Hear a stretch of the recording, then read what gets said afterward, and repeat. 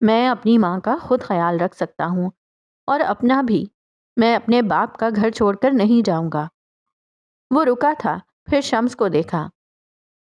نہ میں آپ کے سفیر سلطان جیسا ہوں، گردن موڑ کر شاہد حسین کو دیکھا، اور نہ آپ کے ہارون شاہد جیسا۔ میں میراج سلطان کا بیٹا ہوں، حسن سلطان۔ مجھے کسی کا لیسر ورژن بننا نہیں ہے۔ میرے نام کے ساتھ میرے باپ کا نام کافی ہے۔ وہ نرمی سے کہہ رہا تھا، پھر آگے آیا، شل بیٹھے شاہد حسین کے سامنے ان کے گھٹنوں کے قریب نیچے بیٹھا، ان کا ٹھنڈا ہاتھ تھاما اور کہنا شروع کیا، آپ مجھے بہت عزیز ہیں، میں آپ کی بہت عزت کرتا ہوں، لیکن آپ میرے باپ نہیں ہیں۔ میرا باپ مر گیا ہے اور اب میں اپنا باپ خود ہوں۔ اپنی اماں اور بہن کے لیے میں گھر کا سربراہ مرد ہوں۔ میں ان کے لیے فیصلے لے سکتا ہوں، چاہے غلط ہوں چاہے صحیح، لیکن وہ فیصلے میرے ہوں گے۔ میرے باپ نے مجھے فیصلہ لینا سکھایا ہے۔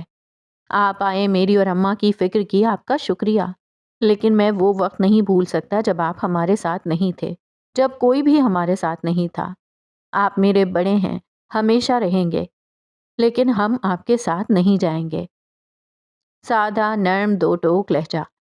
وہ بولتے ہوئے اٹھ کھڑا ہوا تھا اور وہاں بیٹھے تمام نفوس کی طرف دیکھے بغیر باہر نکل گیا تھا۔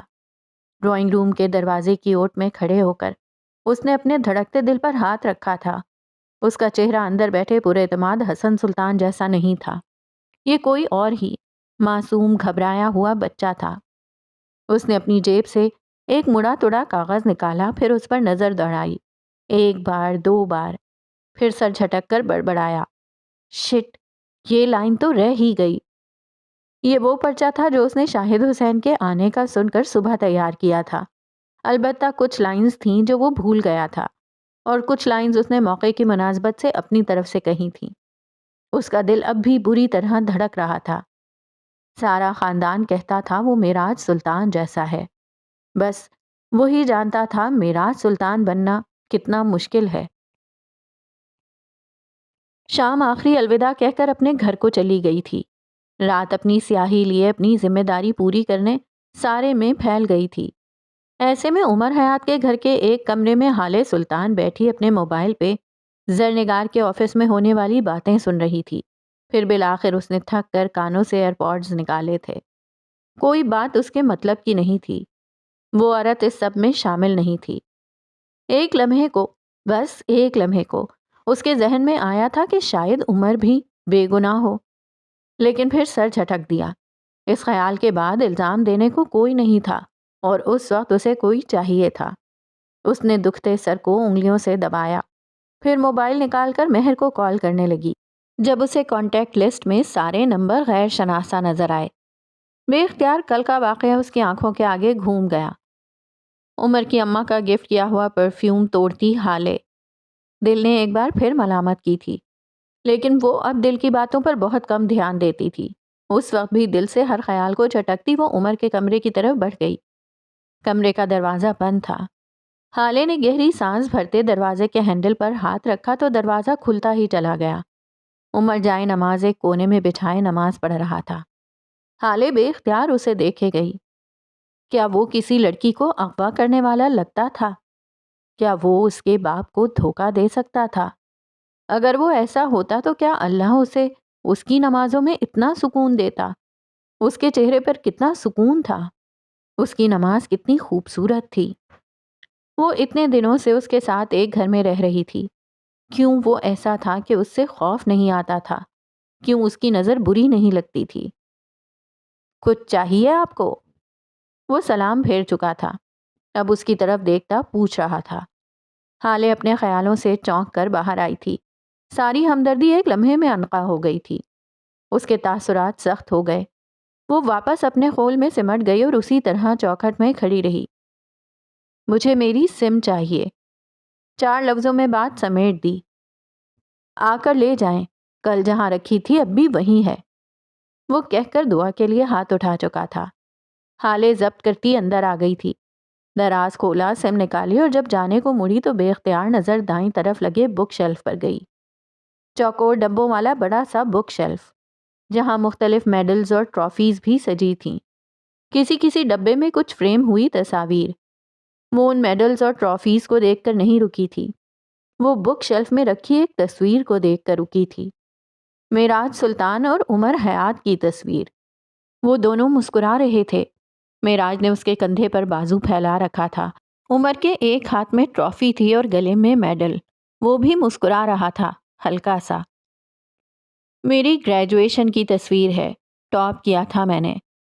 وہ اپنے خیالوں میں گم تھی جب اسے اپنے عقب سے عمر کی آواز آئی۔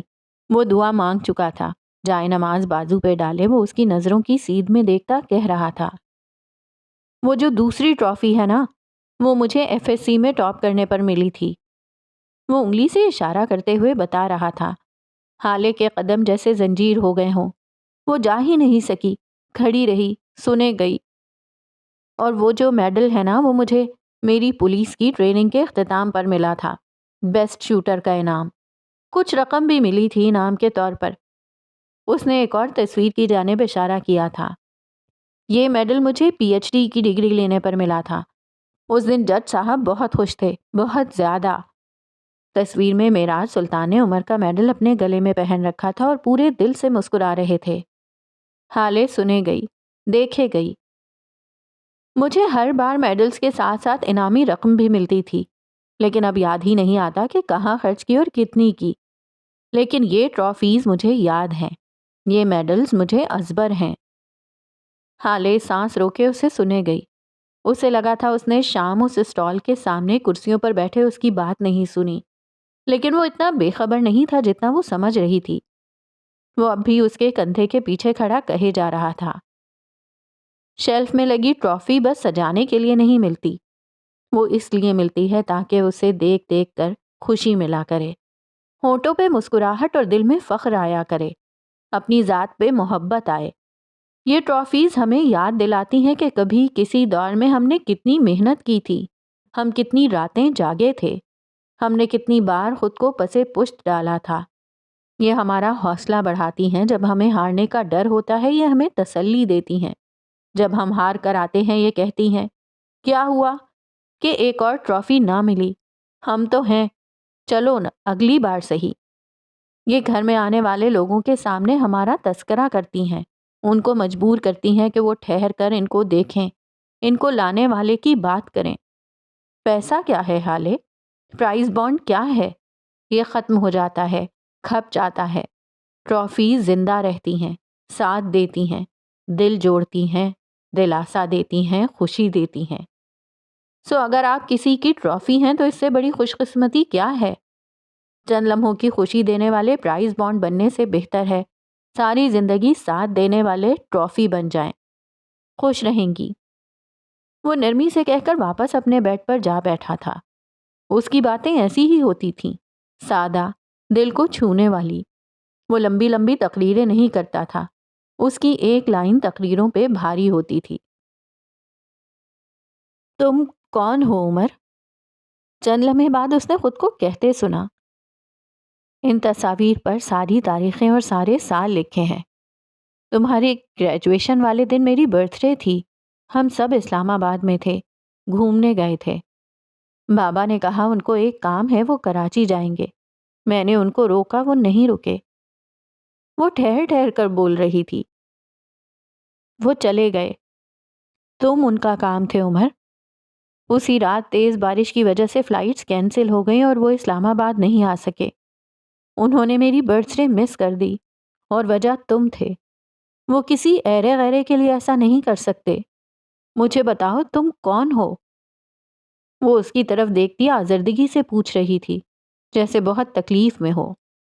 عمر چند لمحے اسے دیکھتا رہا، پھر بولا، ہر راز کھلنے کا ایک وقت ہوتا ہے، اگر ان کو وقت سے پہلے کھول دو گے تو تھرل ختم ہو جائے گا۔ ہر بات بتائی نہیں جاتی، ورنہ باتیں اپنی وقت کھو دیتی ہیں۔ میں کون ہوں یہ بات بتانے کی نہیں، کھوجنے کی ہے۔ کبھی آپ نے فلم کی سٹوری سن کر وہ لطف حاصل کیا ہے جو فلم کو سرچ کر کے، ڈاؤن لوڈ کر کے یا پھر سینما جا کر دیکھنے سے ملتا ہے؟ ہر راز کو پانے کی ایک اسٹرگل ہوتی ہے۔ آپ بغیر اسٹرگل کے راز پانا چاہتی ہیں حالے سلطان؟ راز بتائے نہیں جاتے، کھوجے جاتے ہیں۔ کھوج لگائیں اور پتہ کر لیں۔ حالے کو اس سے ایسی ہی کسی بات کی امید تھی۔ وہ غصے اور رنج کے ملے جلے تاثرات سے چند لمحے اس کو دیکھتی رہی اور پھر آگے بڑھ کر دروازہ ایک دھاڑ سے مارتی باہر نکل گئی۔ پیچھے عمر کی بڑبڑاہٹ واضح تھی۔ اگر یہ جج صاحب کی بیٹی نہ ہوتی نا تو دیکھ لیتا انہیں میں۔ اسی وقت اس کا موبائل بجا تھا۔ عمر کے تاثرات لمحے کے 1000ویں حصے میں بدلے تھے۔ وہ حالے کے سامنے کھڑا نرم تاثرات والا آدمی نہیں تھا، یہ سنجیدہ سا آدمی کوئی اور ہی تھا۔ ہیلو کہتے اس نے موبائل کان سے لگایا تھا۔ عمر بھائی، آپ نے کہا تھا نا فہیم مرزا کے ہر کام پہ نظر رکھوں، میرے پاس ایک خبر ہے۔ اسپیکر سے مردانہ آواز آئی تھی۔ ہاں بتاؤ، کیا خبر ہے؟ سر، اس کے بیٹے نے اپنی کزن کے ساتھ زیادتی کی ہے۔ خبر ملی ہے کہ کوئی ذاتی اناد تھا۔ فہیم یہ خبر میڈیا اور پولیس سے چھپا رہا ہے، لیکن میں چونکہ اس کا پیچھا کر رہا تھا تو مجھے معلوم ہو گیا۔ آپ کہیں تو بات میڈیا میں اچھال دوں؟ ہرگز نہیں، عمر نے ناگواری سے ٹوکا تھا۔ عورتوں سے بدلہ لینا مردوں کا شیوا نہیں ہوتا۔ اگر وہ FIR کروائے تو ٹھیک، ورنہ تم کسی کو اس بات کی بھنک بھی نہ لگنے دینا۔ وہ سختی سے کہہ کر فون بند کر چکا تھا۔ ایسی خبریں اس کے لیے نئی نہیں تھی، لیکن ہر بار درندگی کے ایسے واقعات سن کر اس کا دل دکھتا تھا۔ تھوڑی دیر اس بارے میں سوچنے کے بعد وہ سر جھٹک کر پاس پڑے لیپ ٹاپ کو کھول کر کام کرنے لگ گیا تھا۔ دیوار پر لگا بک شیلف اس کو کام کرتے دیکھے گیا۔ یہ اسٹال والے واقعے کے 2-3 دن بعد کا ذکر ہے۔ مئی کا آخر چل رہا تھا۔ دھوپ ایسی تھی کہ جسم کو جھلسا رہی تھی۔ ایسے میں اسپتال کے پرائیویٹ روم میں بیٹھا نوح ہر احساس سے عاری لگ رہا تھا۔ نرمین کے پاس بیڈ پر بیٹھے ہوئے اس نے نرمین کا ہاتھ اپنے ہاتھ میں پکڑ رکھا تھا۔ آنکھوں میں تکلیف تھی، چہرہ بے تاثر۔ آنکھیں دل کا آئینہ ہوتی ہیں۔ جب تکلیف آنکھوں سے ظاہر ہونے لگے تو چہرے کو کچھ کہنے کی ضرورت نہیں ہوتی۔ سب سے بڑے اندھے وہی لوگ ہوتے ہیں جو آنکھوں سے کسی انسان کا دکھ نہ سمجھ پائیں۔ تم اٹھ جاؤ نیرو، ایک بار بس ایک بار اس آدمی کا نام بتا دو، میں اس کی نسلیں ختم کر دوں گا۔ تم ایک بار اٹھ جاؤ پلیز۔ وہ اس کے ہاتھ پہ چہرہ گرایا زردگی سے کہہ رہا تھا۔ اسی وقت اس کمرے کا دروازہ کھول کر فہیم مرزا اندر داخل ہوئے۔ نوح نے ان کی طرف نہیں دیکھا تھا۔ فہیم چھوٹے چھوٹے قدم لیتے آئے اور اس کے سامنے رکھے سنگل صوفے پر بیٹھ گئے تھے۔ وہ دونوں کافی دیر تک اسی طرح بیٹھے رہے۔ کوئی کچھ نہ بولا، بس نرمین کے وجود سے لگی مشینیں آپس میں سرگوشیاں کرتی رہیں، بولتی رہیں۔ کیا کچھ پتا چلا؟ تھوڑی دیر بعد جب فہیم نے سوال کیا تو مشینوں کی ساری سرگوشیاں بند ہو گئیں، باتیں دم توڑ گئیں۔ کچھ نہیں پتا چل رہا، کچھ بھی نہیں، وہ ہار کر بول رہا تھا۔ CCTV خراب تھے، بلڈنگ میں کسی نے کسی کو آتے نہیں دیکھا، گھر کا لاک ٹوٹا نہیں ہے، کوئی توڑ پھوڑ نہیں ہوئی جس سے ہی لگے کہ ڈکیتی کی واردات تھی۔ چوکیدار کہتا ہے کہ اسے بھی کچھ نہیں پتا، نہ اس نے کسی کو آتے دیکھا ہے۔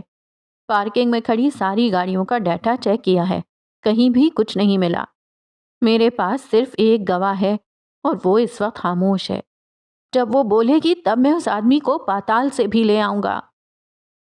وہ نرمین کے چہرے کو دیکھتا ہوا کہہ رہا تھا۔ فہیم مرزا کی رکی ہوئی سانس بحال ہوئی تھی۔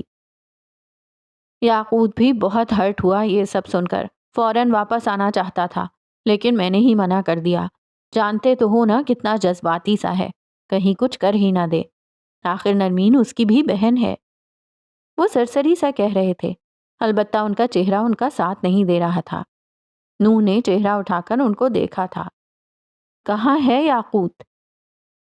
امریکہ گیا تھا نا 20 مئی کو، اس کے دوست کی شادی جو تھی، کیا تمہیں نہیں پتا؟ آخر میں ذرا حیرت سے پوچھا تھا۔ 20 مئی وہی دن ہے جب نرمین کے ساتھ زیادتی ہوئی تھی۔ نوح نہ سمجھی سے انہیں دیکھے گیا۔ اس نے مجھ سے ایسا کچھ نہیں کہا۔ جونس کی شادی 28 کو ہے، جونس کی شادی 28 کو ہے، اسے میرے ساتھ جانا تھا، وہ کیسے چلا گیا؟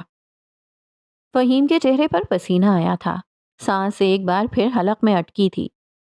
یہ تو مجھے تم سے پوچھنا چاہیے نوح، اس کے باڈی گارڈ، اس کے کیپر تم ہو، مجھے تو خود اس نے وہاں جا کر فون کیا تھا، کیا تم اسی طرح اس سے غافل رہتے ہو؟ انہوں نے سارا ملبہ نوح کے سر ڈالا تھا۔ میں اس بارے میں شرمندہ ہوں انکل، میں چیک کرتا ہوں اسے. مجھے یقین ہے وہ جونز کی شادی کے لیے نہیں، مارتھا کے چکر میں وہاں واپس گیا ہے. بس ایک بار نیرو ہوش میں آ جائے میں سب فکس کر لوں گا. نہیں، اسے چیک مت کرنا. وہ یکدم بوکھلائے تھے. نو نے عجیب نظروں سے ان کو دیکھا تھا. فہیم جلد ہی سنبھل گئے. میرا مطلب ہے کہ اسے فی الحال ڈسٹرب مت کرو. ابھی گیا ہے تو اپنے کالج اور یونیورسٹی کے دوستوں سے ملے گا. وہاں زیادہ خوش رہتا ہے، کوئی مشکل بھی نہیں پیدا کرتا. اسے وہیں رہنے دو. تم فی الحال نرمین بیٹی کا سوچو. نو کے چہرے پر ایک بار پھر اذیت تھی. کچھ ملتا ہی نہیں، کوئی ثبوت، کوئی نشانی، کچھ بھی نہیں.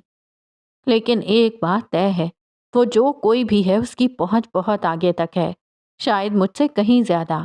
وہ جینیس ہے، ایول جینیس. وہ سوچتے ہوئے کہہ رہا تھا.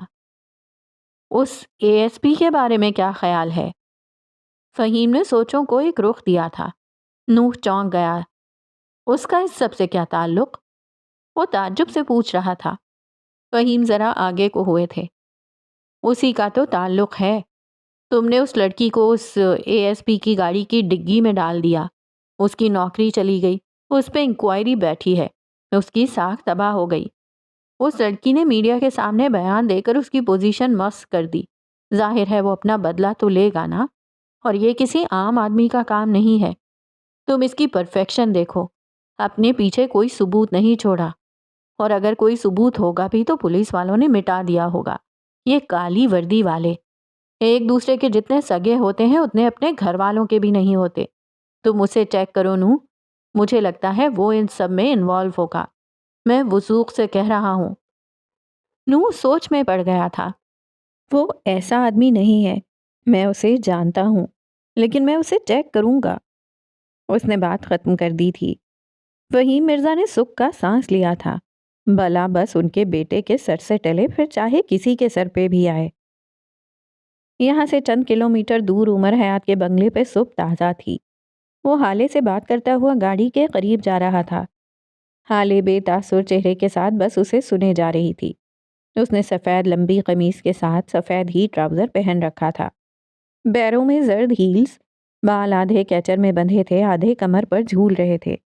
چہرہ میک اپ سے پاک تھا. اس کی آنکھیں سوجی ہوئی تھیں، سوگوار سی.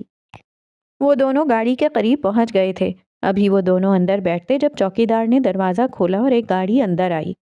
عمر نے گاڑی پہچان لی تھی. وہ ذرا سا بس مسکرایا تھا. اس کے برعکس گاڑی سے نکلنے والا آدمی دل کھول کر مسکرا رہا تھا. آنے والے کی عمر کوئی 30-32 کے قریب تھی. صاف رنگت، مناسب نقوش. وہ اپنے بازو وا کیے عمر کے قریب آیا تھا. پہلا ہاتھ کا پنجہ ملایا، پھر دونوں گلے لگے. چند لمحے بعد دونوں الگ ہوئے. وہ اب عمر سے معراج سلطان کی تعزیت کر رہا تھا. عمر نے بس سر ہلایا. اسی وقت نو وارد کی نظر حالے کی جانب گئی تھی. وہ اس سارے منظرنامے میں مس فٹ تھی. اس سے پہلے وہ کچھ پوچھتا. یہ میری بیوی ہیں حالے سلطان، اور یہ میرا دوست اور بزنس پارٹنر ہے سردار خان. عمر نے باری باری دونوں کا ایک دوسرے سے تعارف کروایا تھا. سردار تو ہونقوں کی طرح انہیں دیکھے گیا. تمہاری شادی کب ہوئی؟ مجھے بتایا کیوں نہیں؟ وہ بدقت پوچھ سکا. ہم شام میں ملیں گے، اوکے؟ عمر کا لہجہ نارمل تھا لیکن آنکھیں تنبیہ کر رہی تھیں. وہ اسے جلد از جلد یہاں سے بھیجنا چاہتا تھا. لیکن کیا سردار اپنی نئی نویلی بھابھی سے ملاقات کیے بغیر جا سکتا تھا؟ السلام علیکم بھابھی، آپ کیسی ہیں؟ وہ عمر کو نظر انداز کر کے نہایت ادب اور شائستگی سے پوچھ رہا تھا.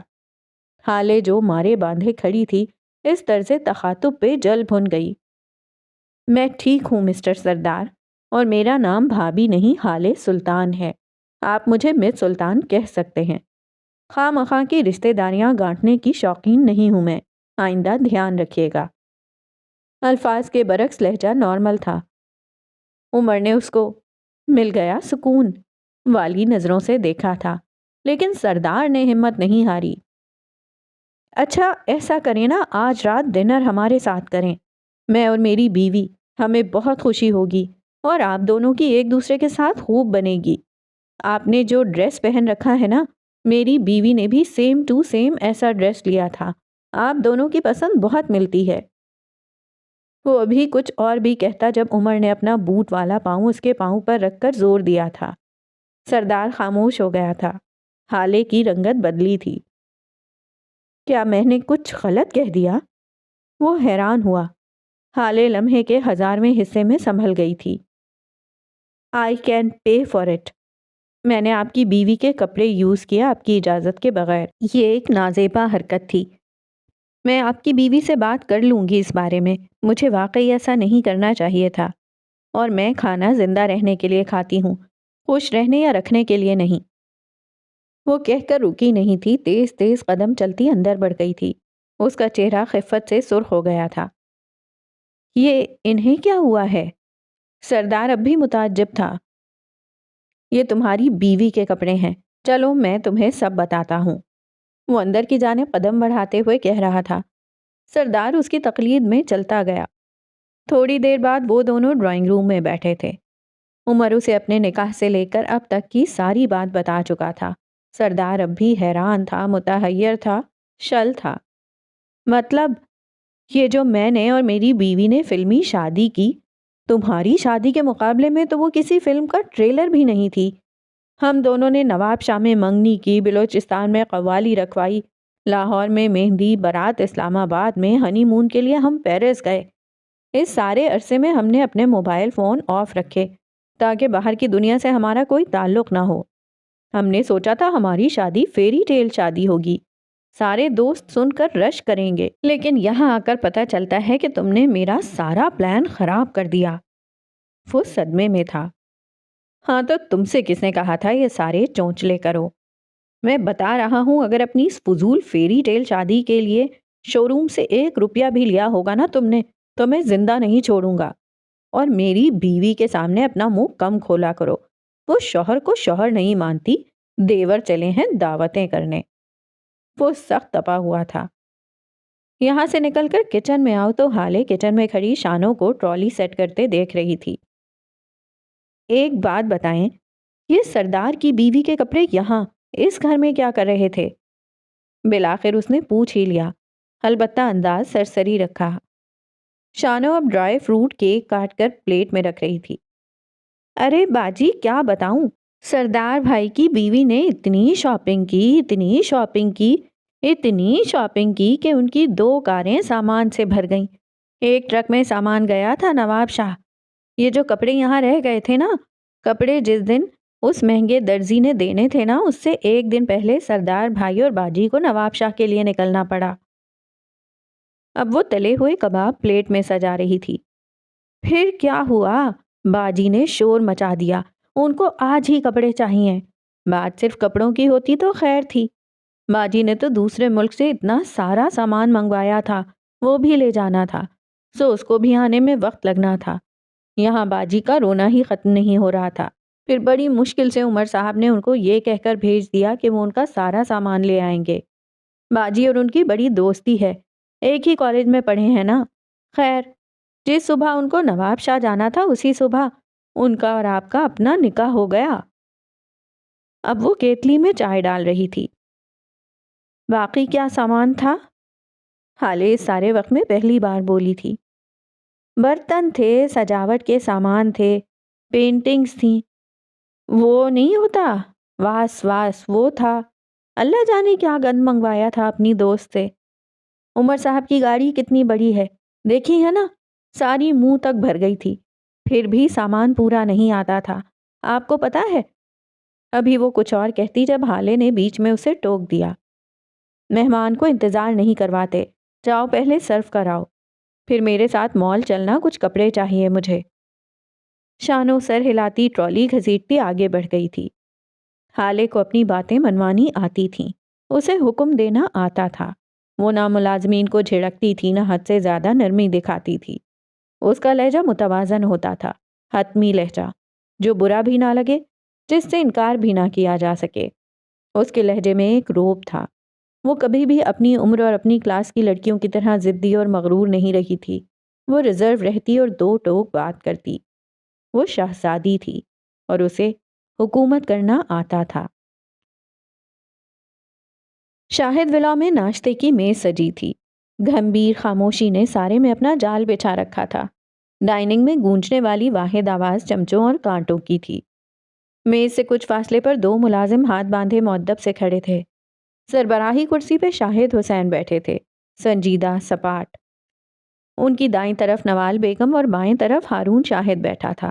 اس نے سیاہ ٹی شرٹ کے ساتھ سیاہ پینٹ پہن رکھی تھی۔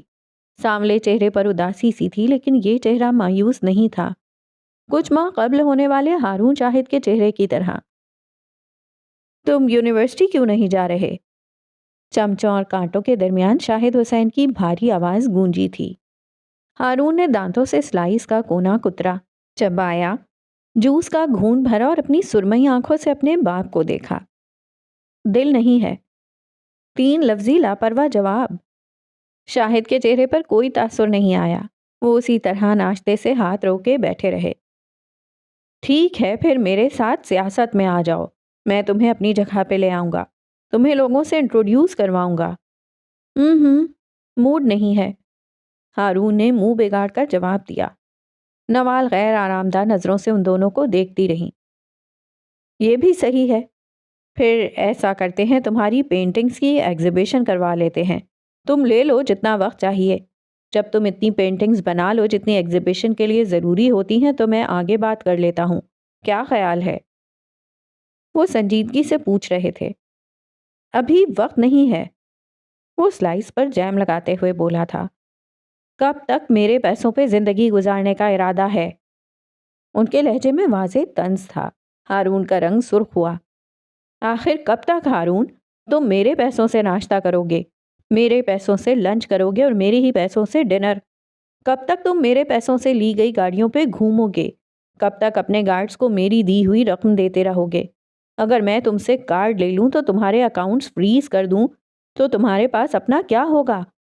مرد کے پاس ہر عمر میں اپنا کچھ نہ کچھ ہونا چاہیے، اور اگر نہ بھی ہو تو کوئی پلان ہونا چاہیے، کوئی اسٹریٹجی ہونی چاہیے، اگر وہ بھی نہ ہو تو کوئی ہنر ہونا چاہیے۔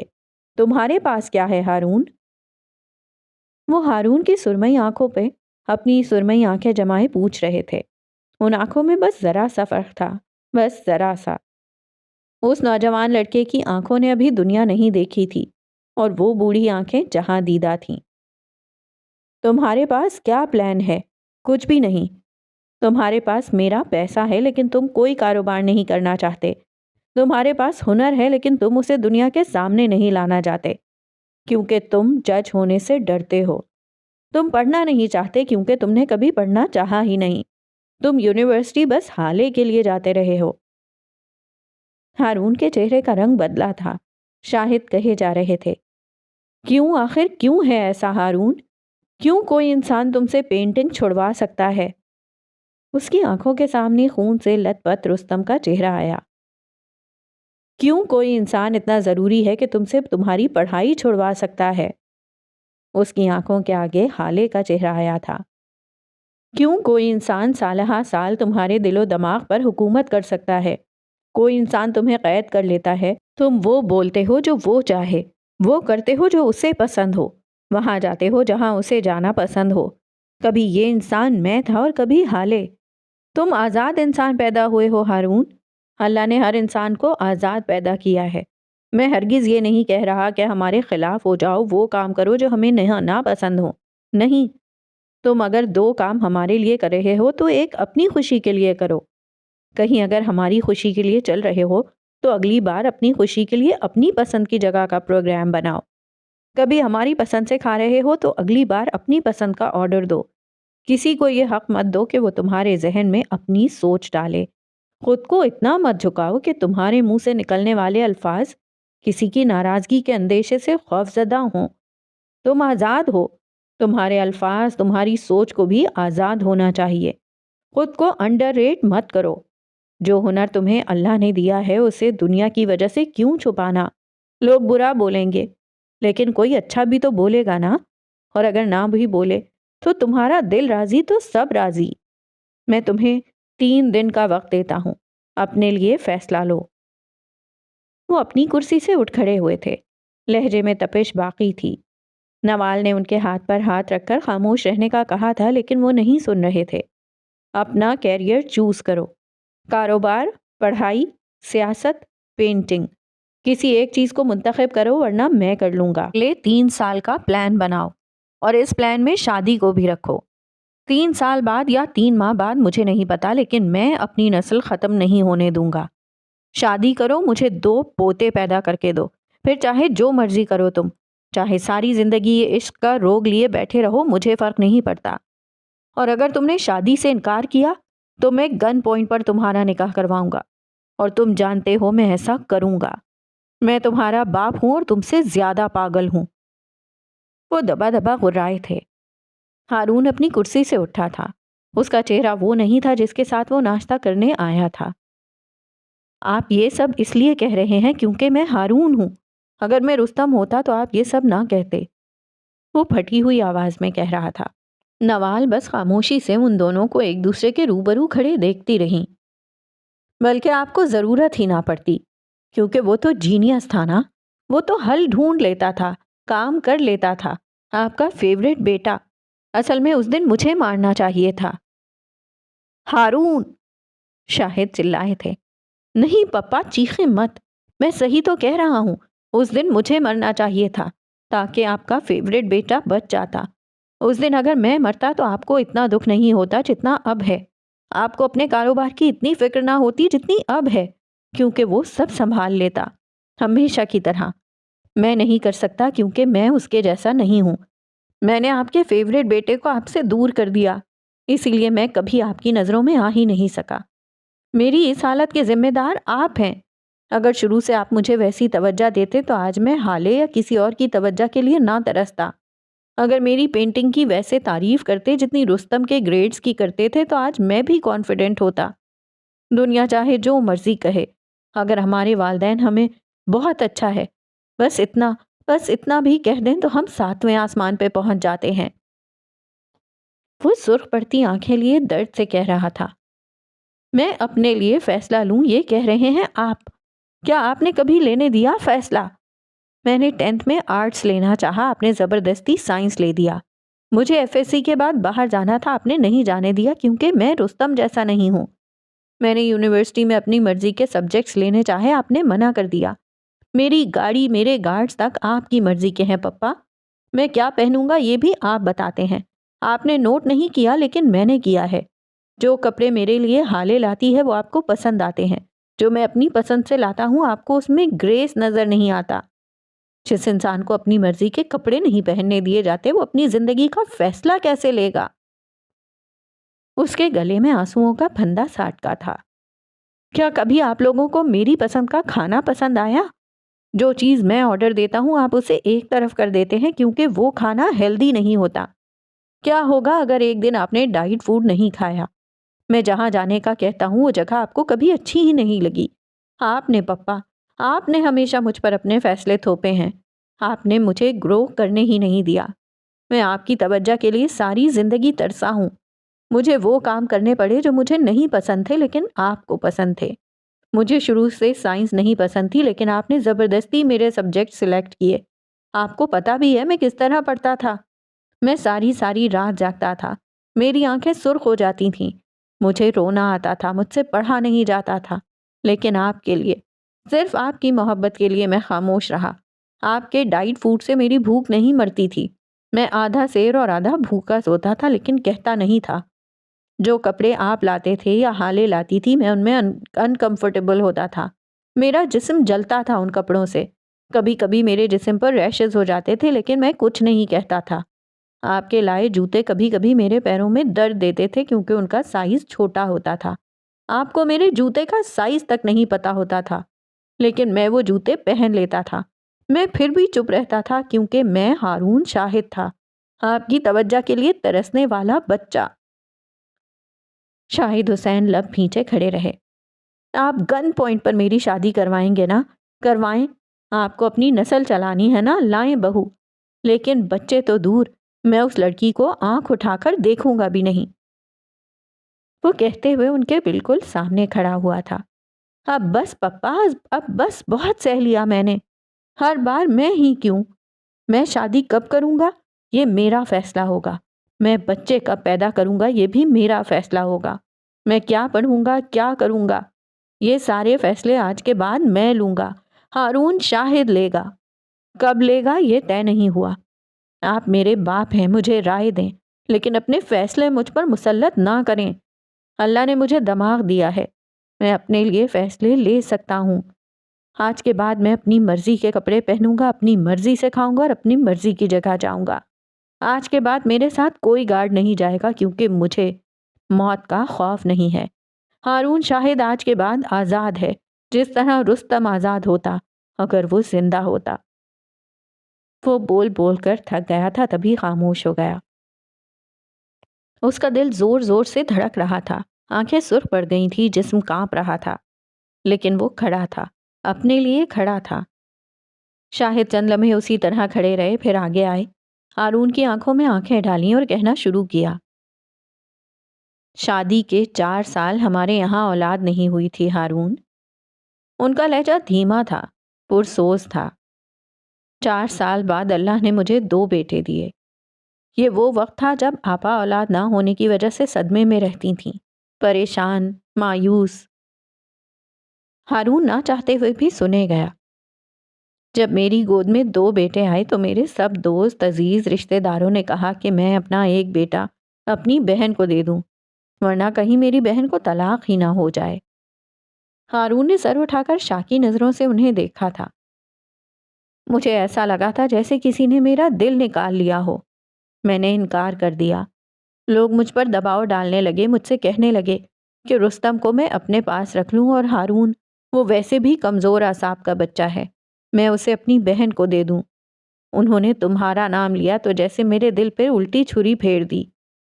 میں نے اپنی بہن کی طلاق منظور کر لی، لیکن میں نے اپنے بیٹوں کا سودا نہیں کیا۔ گو کہ معراج بھائی نے انہیں نہیں چھوڑا، لیکن پھر بھی ہارون، میں نے تم پہ گیو اپ نہیں کیا۔ مجھے اگر صرف رستم عزیز ہوتا تو میں تمہیں ان کے حوالے کر دیتا۔ نوال عجیب سی نظروں سے اپنے شوہر کو بولتے دیکھتی رہی۔ ہارون شرمندہ کھڑا تھا۔ تم دونوں میرے بیٹے تھے، میرے بازو۔ کیا ایسا کوئی انسان ہوگا جو ایک بازو کٹوانا منظور کر لے؟ کوئی نہیں ہوگا۔ ہارون، اولاد سانجھی ہوتی ہے۔ تم میرے لیے اتنے ہی قیمتی تھے جتنا رستم۔ تمہارے لیے میرے فیصلے غلط ہو سکتے ہیں، میں مانتا ہوں، کیونکہ میں تمہارا باپ ہونے کے ساتھ ساتھ انسان بھی ہوں، اور انسانوں سے غلط فیصلے ہو جاتے ہیں۔ لیکن خیر، تم آزاد ہو بیٹا، اپنے فیصلوں میں آزاد۔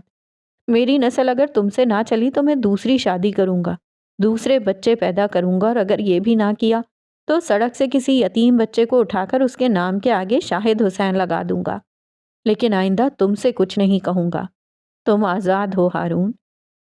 وہ آزردگی سے کہتے ہوئے وہاں سے چلے گئے تھے۔ پیچھے ہارون اسی طرح شل کھڑا رہ گیا۔ گاڑی کا دروازہ کھولتے شاہد حسین کے ہاتھ کو نوال نے اپنے ہاتھ سے روکا تھا۔ وہ ان کے سامنے تن کر کھڑی تھیں۔ یہ سب کیا ہے؟ وہ سرخ ہوتی آنکھوں سے غرائی تھیں۔ شاہد مسکرائے تھے۔ سیاست، یہ سیاست ہے نوال شاہد۔ وہ میری جوان اولاد ہے، غصہ کروں گا تو باغی ہو جائے گا، پیار سے بات کروں گا تو سر پہ چڑھ جائے گا۔ میں اسے ایموشنل کر رہا ہوں، کیونکہ میں اس سے اپنا مطلب اسی طرح نکلوا سکتا ہوں۔ میں ڈر گیا ہوں، معراج بھائی کی موت کے بعد ڈر گیا ہوں۔ ان کے نارمل بچے رل گئے ہیں، میرے کمزور بیٹے کا میرے بعد کیا ہوگا؟ میں اسے کسی مقام پہ لانا چاہتا ہوں۔ وہ اپنے غم کو دکھا نہیں رہا، لیکن اندر ہی اندر وہ گھل رہا ہے۔ حالے کا غم اس کو کھا رہا ہے۔ اس سے پہلے وہ ختم ہو جائے مجھے اس کے لیے کچھ کرنا ہوگا۔ تم نے اس سے جھوٹ بولا شاہد۔ ہارون اور رستم کی پیدائش پہ ایسا کچھ نہیں ہوا تھا۔ لیکن مجھے یہی آتا ہے، وہ ترنت بولے تھے۔ قصے گڑھنا، جھوٹ بولنا یہ میرا کام ہے۔ میں سیاست دان ہوں، لفظوں کی ہیر پھیر میرا کام ہے۔ لوگوں کے سامنے مظلوم بننا آتا ہے مجھے۔ ہارون جانتا ہے رستم اس سے زیادہ میرا گلٹ ہے، وہ اس سے زیادہ مجھے ہانٹ کرتا ہے، وہ مجھے ڈرا رہا تھا، اور میں نے بازی پلٹ دی کیونکہ میں اس کا باپ ہوں اور اس سے زیادہ پاگل ہوں۔ وہ مسکراتے ہوئے کہہ رہے تھے۔ نوال کے اعصاب ذرا ڈھیلے پڑے، نم آنکھوں کی خفگی کم ہو گئی تھی۔ اور تم نے کہا تھا تم دوسری شادی کرو گے، تم میرے ساتھ ایسا کیسے کر سکتے ہو؟ ان کی آنکھوں میں رنج تھا۔ شاہد ہلکا سا ان کے کان کے قریب جھکے تھے۔ جب چڑیلیں چمٹ جاتی ہیں نا تو ان سے پیچھا چھڑانا مشکل ہو جاتا ہے۔ تمہیں کیا لگتا ہے ایک چڑیل کے ہوتے ہوئے میں دوسری چڑیل لا سکتا ہوں؟ وہ محظوظ سا کہتے پیچھے ہٹے تھے۔ اس سے پہلے کہ نوال کی طرف سے کوئی جوابی کارروائی ہوتی وہ فوراً سے دروازہ کھول کر گاڑی کے اندر بیٹھ گئے تھے۔ پیچھے نوال پیر پٹکتی رہ گئی تھیں۔ جھوٹے سیاست دان، میں دیکھ لوں گی تمہیں، وہ پیچھے سے چلائی تھیں۔ گلی کے دونوں اطراف میں زمین کی طرف جھکے ہوئے درخت تھے۔ یہ نسبتاً ایک سنسان گلی تھی۔ دور دور تک کوئی زیرو نظر نہیں آتا تھا۔ مئی کی چلچلاتی دھوپ میں ایک بڑی سی گاڑی انہی درختوں کی اوٹ میں کھڑی تھی، جس میں سے تھوڑی تھوڑی دیر بعد سفید وردی والا ڈرائیور باہر نکلتا، ایک نظر ساری گلی پہ ڈالتا اور پھر واپس گاڑی میں بیٹھ جاتا۔ شاید اپنے مالک کی طرح یہ گرمی اس سے بھی برداشت نہیں ہو رہی تھی۔ امیروں کے امیر نوکر۔ ایسے میں اگر تم آنکھوں کو ذرا چھوٹا کر کے دیکھو تو گلی کے کونے میں ایک گاڑی رکتی نظر آئے گی۔ تھوڑی دیر بعد اس گاڑی سے ایک دراز قد مرد باہر آیا، نیلی بٹنوں والی شرٹ جس کے کف موڑ کر رکھے تھے، بال ماتھے پہ بکھرے ہوئے تھے۔ سیاہ آنکھوں نے ساری گلی کو آنکھوں سے سکین کیا تھا، پھر قدم درخت کے سائے میں کھڑی گاڑی کی طرف موڑے تھے۔ تھوڑی دیر چلنے کے بعد وہ گاڑی کے قریب پہنچ گیا تھا۔ سفید وردی والا ڈرائیور باہر نکل آیا اور گاڑی کا پچھلا دروازہ اس کے لیے کھولا تھا۔ وہ گردن اندر کیے گاڑی میں بیٹھ گیا۔ اس کے ساتھ کوئی اور بھی تھا۔ کون بھلا؟ سکندر شاہ۔ لانگ ٹائم شاہ صاحب، وہ مسکراتے ہوئے بولا، البتہ اس کی آنکھیں، ان میں تپش تھی۔ سامنے بیٹھا آدمی ویسا بالکل نہیں تھا جیسا تم نے اسے معراج سلطان کے قتل کی رات دیکھا تھا۔ یہ وہ آدمی تھا جس کی بیوی نے اسے گھر سے نکال رکھا تھا، جس کی بیٹی اس کی شکل نہیں دیکھنا چاہتی تھی۔ یہ وہ آدمی تھا جس کے بیٹے کی منگنی ٹوٹ چکی تھی صرف اس وجہ سے کہ اس کا باپ بد کردار ہے۔ یہ وہ آدمی تھا جس کا بیٹا محبت چھوٹ جانے کے غم میں سارا دن شراب پیتا یا منشیات کے زیر اثر رہتا تھا۔ یہ آدمی وہ تھا جس کے اسپتال کی ریپوٹیشن مٹی میں مل چکی تھی۔ اس آدمی کے بینک اکاؤنٹ اس کی بیوی نے فریز کروا رکھے تھے۔ یہ آدمی کنگال تھا۔ یہ آدمی گھر بدر ہوا تھا۔ یہ وہ آدمی تھا جو اپنا وقار کھو چکا تھا۔ یہ وہ آدمی تھا جو اپنا خاندان کھو چکا تھا، جس طرح 1 ماہ قبل عمر حیات نے کھویا تھا۔ عمر صاحب، میں آ گیا ہوں۔ آپ نے کہا تھا میں ایک دن آؤں گا۔ صحیح کہا تھا۔ میں واقعی مجبور ہو گیا ہوں۔ مجھ پہ ہر طرف سے گھیرا تنگ ہو گیا ہے۔ کچھ کیجئے۔ میرا خاندان تباہ ہو گیا ہے۔ میری بیٹی میری شکل تک نہیں دیکھنا چاہتی۔ میرا بیٹا منشیات کا عادی ہونے لگا ہے۔ میں آپ سے پوچھتا ہوں آپ کو کیا چاہیے؟ خدا کے لیے مجھے بتائیں آپ کیا چاہتے ہیں؟ وہ بے بسی کی آخری حد کو چھو رہے تھے۔ عمر نے ایک بے نیاز نظر ان پر ڈالی تھی۔ آپ اپنے لیے آئے ہیں شاہ صاحب، اس لیے پہلے آپ بتائیں آپ کیا چاہتے ہیں۔ میری چیزیں مجھے واپس کرنے کے بدلے آپ کیا چاہتے ہیں؟ وہ کاٹ دار لہجے میں بول رہا تھا۔ سکندر شاہ نے بے اختیار تھوک نگلا تھا۔ صرف ایک گواہی۔ میں آپ سے صرف ایک گواہی چاہتا ہوں۔ کیسی گواہی؟ میرے بیٹے کے سسر سے آپ کے بہت اچھے تعلقات ہیں۔ ان کا بیٹا آپ کا کلاس فیلو اور دوست رہا ہے۔ آپ بس ایک بار، صرف ایک بار ان کے سامنے میرے حق میں گواہی دے دیں کہ وہ ویڈیو جعلی تھی۔ میرے بیٹے کی محبت اسے مل جائے گی۔ میری بیٹی کے کالج میں آپ پچھلے ماہ آئے تھے۔ وہ تب سے آپ کو آئیڈیالائز کرتی ہے۔ آپ کی گواہی میرا خاندان بچا سکتی ہے۔ خدا کے لیے کچھ کریں عمر صاحب۔ میں آپ سے اپنے خاندان کی بھیک مانگتا ہوں۔ میرا اسپتال جائے بھاڑ میں، میری ریپوٹیشن کی مجھے پرواہ نہیں۔ سارا شہر مجھ پہ لعنت بھیجے، لیکن مجھے بس میرا خاندان واپس چاہیے۔ انہوں نے باقاعدہ ہاتھ جوڑ لیے تھے۔ عمر کا چہرہ اب بھی بے تاثر تھا۔ اور آپ کو کیوں لگتا ہے کہ کوئی میری گواہی مانے گا؟ وہ ان کے چہرے پر نظریں جمائے پوچھ رہا تھا۔ کیونکہ آپ کی کریڈیبلٹی ہے، آپ کا مقام ہے، آپ کی بات کی عزت ہے۔ میرا خاندان بچا لیں عمر صاحب۔ ان کے انداز میں منت تھی۔ یہ مقام اور عزت مجھے اللہ نے امانت دی ہے۔ جھوٹی گواہی خیانت ہے اور میں یہ نہیں کروں گا۔ میں عمر حیات ہوں، میں جھوٹی گواہی نہیں دوں گا، لیکن میں آپ کا مسئلہ حل کر دوں گا۔ وہ سوچ سوچ کے بول رہا تھا۔ آپ نے میرے خاندان کے ساتھ کچھ غلط نہیں کیا، میں آپ کے ساتھ نہیں کروں گا۔ لیکن آپ نے میری کچھ چیزیں مجھ سے چھپائیں، میں مانگنے آیا، آپ نے نہیں دیں۔ اس سب کے لیے آپ کو سبق مل گیا ہوگا۔ خیر، مجھے آپ کے بیٹے اور بیٹی کا نمبر اور باقی ساری ڈیٹیلز بھیج لیں، میں دیکھ لوں گا۔ اور آپ کا سامان، مجھے اس کی تفصیل بتائیں، میں کچھ بھی کر کے آپ کا سامان لاؤں گا، چاہے اس کے لیے جو مرضی کرنا پڑے۔ وہ تیز تیز بول رہے تھے، مبادا عمر اپنی بات سے مکر ہی نہ جائے۔ میری بس ایک ہی چیز رہ گئی تھی وہاں، منی کیمرہ ریکارڈر، لیکن وہ تو میں نے آپ کو دے دیا تھا۔ جو کیمرہ آپ نے دیا وہ میں نے دروازے کی اوٹ میں لگایا تھا تاکہ جب دروازہ بند ہو تو کیمرہ چھپ جائے۔ میں نے ایک اور کیمرہ بھی لگایا تھا جج صاحب کے بیڈ کے عین پیچھے، وہ نہیں چھپ سکتا تھا۔ وہ کیمرہ مجھے نہیں ملا۔ مجھے میرا سامان لا کر دیں اور وہ عبدل اسے چاہے پاتال سے لائیں، مجھے وہ چاہیے۔ میں اسے خود بھی ڈھونڈ سکتا ہوں لیکن میں مصروف ہوں اور یہ آپ کا کام ہے۔ آپ میرا کام کر کے دیں، میں اسی دن آپ کا خاندان جوڑ دوں گا۔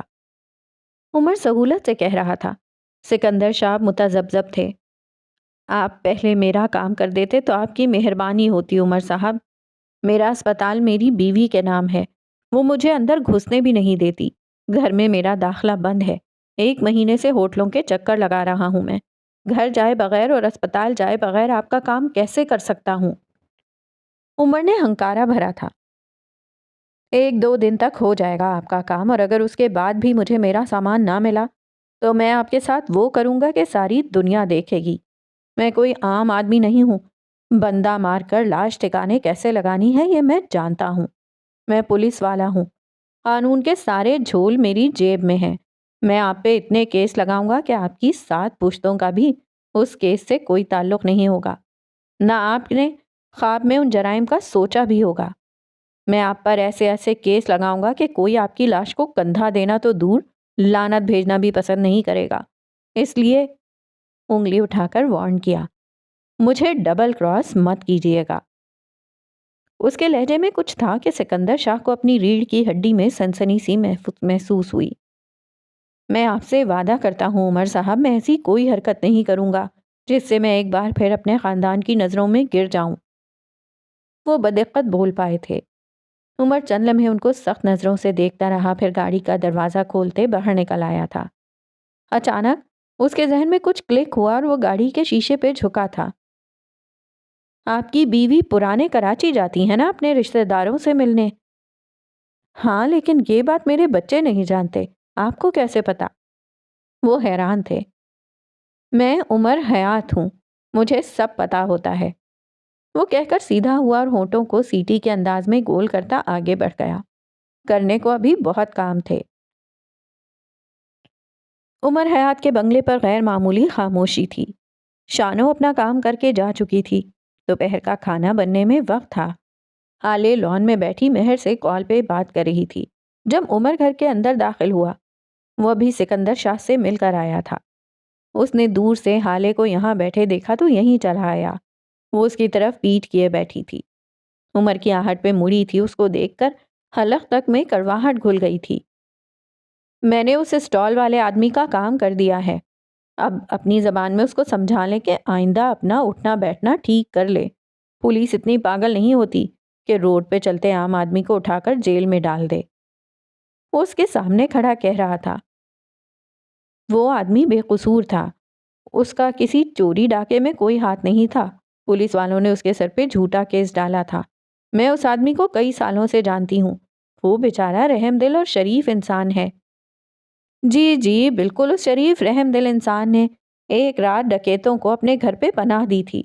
وہ چور اس کے دوست تھے، اس کا سرکل تھے، اور اس انسان کے کردار کا پتہ اس کے سرکل سے لگایا جاتا ہے۔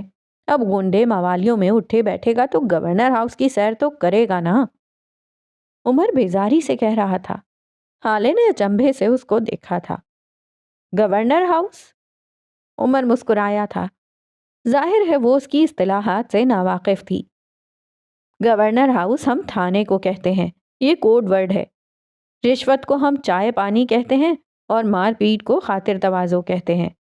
تھانے میں آنے والے کو ہم مجرم نہیں مہمان کہتے ہیں، اور بار بار آنے والے کو محبوبہ کہتے ہیں۔ آہستہ آہستہ آپ جان جائیں گی۔ وہ محظوظ سا کہہ رہا تھا۔ حالے نے دھیان نہیں دیا۔ تم نے کیسے کیا یہ؟ وہ 6 ماہ سے تھانے میں ہے، تم نے چند دنوں میں یہ کیسے کیا؟ اس کی سوئی کسی اور جگہ اٹکی تھی۔ میں نے یہ کام چند دنوں نہیں، چند منٹوں میں کیا ہے۔ پچھلے کئی دن سے میں مصروف تھا، اس لیے میں کر نہیں سکا۔ دوسرا، وہ شریک جرم نہیں تھا، میں نے کیس بدل دیا ہے۔ میں نے تھانے میں بات کر لی ہے، اب کیس کچھ اس طرح ہوگا کہ 6 ماہ قبل اس بوڑھے کا بیٹا جواد جب اپنے گھر میں سو رہا تھا تو چند مشتبہ افراد اس کے گھر میں گھس آئے، اس کی بیوی بچوں کو زد و کوب کیا اور پولیس سے بچنے کے لیے ایک رات ان کے گھر پر زور زبردستی بنا لی۔ مزید چند محلے والوں کی گواہی اور ان ڈاکوؤں میں سے ایک آدمی کو خرید لیا، وہ ہماری مرضی کی گواہی دے گا۔ اور ایک آخری بات، یہ سب میں نے آپ کے لیے نہیں کیا، یہ میں نے جج صاحب کے لیے بھی نہیں کیا۔ میں مجرم کو معصوم نہیں قرار دے سکتا، وہ آدمی واقعی شریف ہے اور اپنے دوستوں کے ان مشکوک کاموں میں جواد کا کوئی حصہ نہیں تھا۔ اب کچھ دنوں تک وہ باہر آ جائے گا، امید ہے سدھر بھی جائے گا، میں نے 2 ہاتھ لگا دیے ہیں۔ وہ کچھ اور بھی کہہ رہا تھا جب ہالے نے اس کی بات کاٹی۔ تم نے اسے مارا؟ تمہیں ترس نہیں آیا؟ تم ایسا کیسے کر سکتے ہو؟ ہالے کو واقعی غم لگا تھا۔ نہیں تو آپ کیا چاہتی ہیں؟ اس کے قدموں میں بیٹھ جاتا، اس کی منت سماجت کرتا کہ بھائی صاحب آئندہ آپ ایسے مشکوک لوگوں سے نہیں ملیں گے، بلکہ اپنی سر کی قسم اٹھوا لیتا کہ اگر آئندہ ایسا کچھ کیا تو میرا مرا ہوا منہ دیکھو۔ وہ ہاتھ جھلاتے ہوئے کہہ رہا تھا۔ ہالے نے ڈھیر سارا اشتعال اندر دبایا تھا۔ ابھی وہ کچھ کہتی جب اس کے ذہن میں ایک جھماکہ ہوا۔ تم یہیں رکو، یہیں، میں آتی ہوں، وہ غائب دماغی سے کہتی اندر چلی گئی تھی۔ تھوڑی دیر بعد جب وہ واپس آئی تو عمر اسی جگہ کھڑا تھا۔ اس کی اسکین کرتی نظر ہالے کے ہاتھ میں دبے چیک پر گئی۔ وہ تب تک اس کے قریب آ کر رکی تھی۔ یہ میں نہیں لے سکتی، اس نے چیک ہوا میں بلند کیا تھا۔ عمر نے آنکھیں سکیڑ کر اس کو دیکھا تھا۔ ہالے، ہم دونوں کے درمیان ایک معاہدہ ہوا تھا، آپسی اختلافات کو ایک طرف رکھ کر ہم پارٹنرز بن کر کام کریں گے، اور یہ کوئی بخشش نہیں ہے، یہ آپ کے زیورات کی رقم ہے۔ آپ اگر ان کو کہیں اور بھی بیچتیں تو ظاہر ہے اتنے ہی پیسے ملتے، اسے رکھیں، کام آئیں گے۔ وہ نرمی سے کہہ رہا تھا، میں یہ اس لیے نہیں لے رہی کیونکہ یہ رشوت کی رقم ہے۔ میں بغیر پیسوں کے رہ سکتی ہوں، لیکن حرام کی کمائی میرے لیے ناقابل قبول ہے، یہ واپس لے لو۔ اب کہ اس کے لہجے میں سختی نہیں تھی، وہ بس منع کر رہی تھی، جبکہ عمر پر تو حیرتوں کے پہاڑ ٹوٹ پڑے تھے۔ رشوت؟ حرام کا پیسہ؟ آخر یہ سب کہہ کیا رہی ہیں آپ؟ وہ کافی دیر بعد بولا تھا۔ رشوت کا پیسہ نہیں تو اور کیا ہے یہ؟ 20 لاکھ عمر، یہ 20 لاکھ کا چیک ہے، تمہاری 10 تنخواہوں سے زیادہ۔ آخر اتنا پیسہ تم کہاں سے لائے؟ ظاہر ہے یہ تمہارا چائے پانی ہوگا۔ وہ چائے پانی پر زور دیتی بولی تھی۔ عمر کا چہرہ سرخ ہوا تھا۔ حالے، میں آپ کی ساری نفرت، بدتمیزی سب برداشت کر لوں گا، لیکن میری جاب میرا فرض ہے، میں اس معاملے میں کوئی غلط بات برداشت نہیں کروں گا۔ جاننا چاہتی ہیں کہاں سے آیا یہ پیسہ؟ یہ رقم میرے شو روم سے آتی ہے، صدر بازار میں 3 دکانیں ہیں میری، وہاں سے آتی ہے۔ اب آپ پوچھیں گی وہ دکانیں کہاں سے آئیں تو میں آپ کو بتا دوں، وہ دکانیں میری ماں کا شرعی اور قانونی حصہ ہیں۔ میں 18 سال کی عمر سے مختلف نوکریاں کر رہا ہوں، میں وہ آدمی نہیں ہوں جو تنخواہ سے گزارا کرے۔ مجھے پرتعیش زندگی پسند ہے اور اس کے لیے ایک آمدنی کبھی کافی نہیں ہوتی۔ یہ چیک صرف 20 لاکھ کا ہے، میں آپ کو 1-1 کروڑ کا چیک بھی دے سکتا ہوں۔ عمر حیات نے پیسہ کمایا ہے اور بہت کمایا ہے، لیکن میں نے کبھی حرام نہیں کھایا۔ آئندہ کبھی بھی میری کمائی کو حرام یا رشوت کمائی کہنے سے پہلے 1000 بار سوچ لیجئے گا۔ وہ بول کر تیز تیز قدم اٹھاتا باہر نکل گیا۔ پیچھے حالے بے تاثر چہرے کے ساتھ اسے جاتے دیکھتی رہی۔